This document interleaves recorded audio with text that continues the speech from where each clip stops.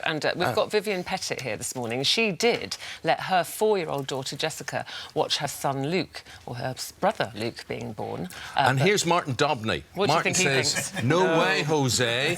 He said the birth of his first child was so traumatic. It was very, very traumatic. He's going to tell you about that. There's no way he's going to allow his children to witness another experience like that. Why was it so traumatic, Martin? Well, it was a 3-day labour, at the end of which my wife had a C-section anyway. She had a seizure. There's a crash team came in. All the stuff you sort of see on ER, but you're never, ever prepared for in real life. All the kind of childcare classes tell you about unicorns and angels and storks and all this amazing romance. And then when you're faced with this field surgery, you know, this thing that you'd never planned for, you know, it's deeply traumatic for the wife, obviously. You know, she's the one going through it. For me, like an idiot, I filmed it. What did I do that for? That's...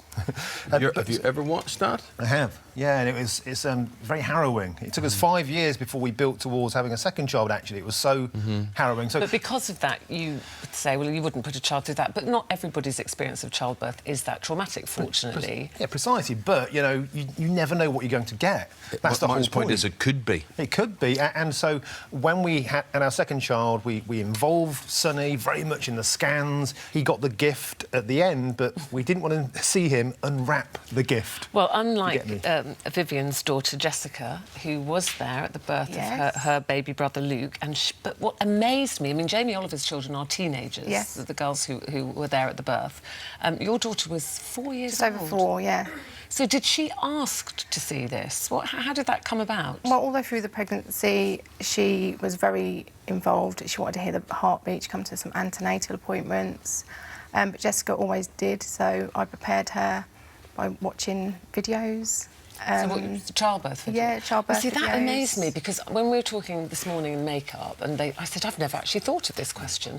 And I said, you know, I wouldn't have suggested it, but had Jack have asked, I might have considered it. But my main thing would be, how do you prepare them for what they're going to see? Because when they all see the video at school, most kids I know come home completely like, oh, we had the birth video today, and they're all a bit like that. So are most fathers, I have to point out. So she still watches them now. How did you prepare her for it? Just by watching things? Was she not put off by that? Telling her everything. I didn't lie about anything. It wasn't unicorns and fairies, like you say. You know, I don't believe in that, because it isn't. I did say there was going to be shouting. I talked about blood, everything that she needed to know, you know, and I think it wasn't a shock because of that. Could I put, I think, the point Martin is putting, which is, why take the risk? Why not? It could, but say it backfired. Say it was a traumatic experience, as Martin and his wife. Well, it certainly wasn't easy. You know, it's she absolutely loved it. The bonding. She was the first one to hold him. She tells him that now. Does you know, she tells him the story of it, and I think it's amazing. Was the birth at home or in hospital? At home. At home. So it was. It's very quick. He was also a very big baby. Well, did you have can we just say something? Can I just say something?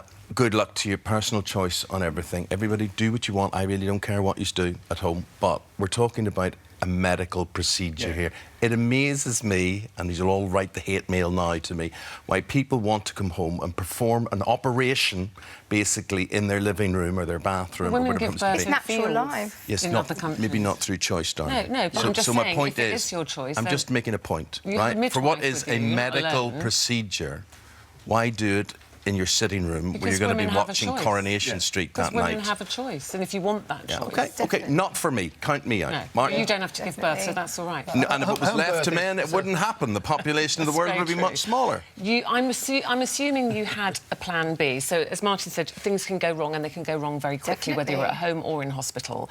What was your plan? What had you said to your daughter? You know, if something goes wrong, this is what's going to happen. Yeah, I had my sister there, my husband there, and one of them at any point would have taken her away, you know, and it wasn't the easiest birth, and it could have very easily gone wrong, actually.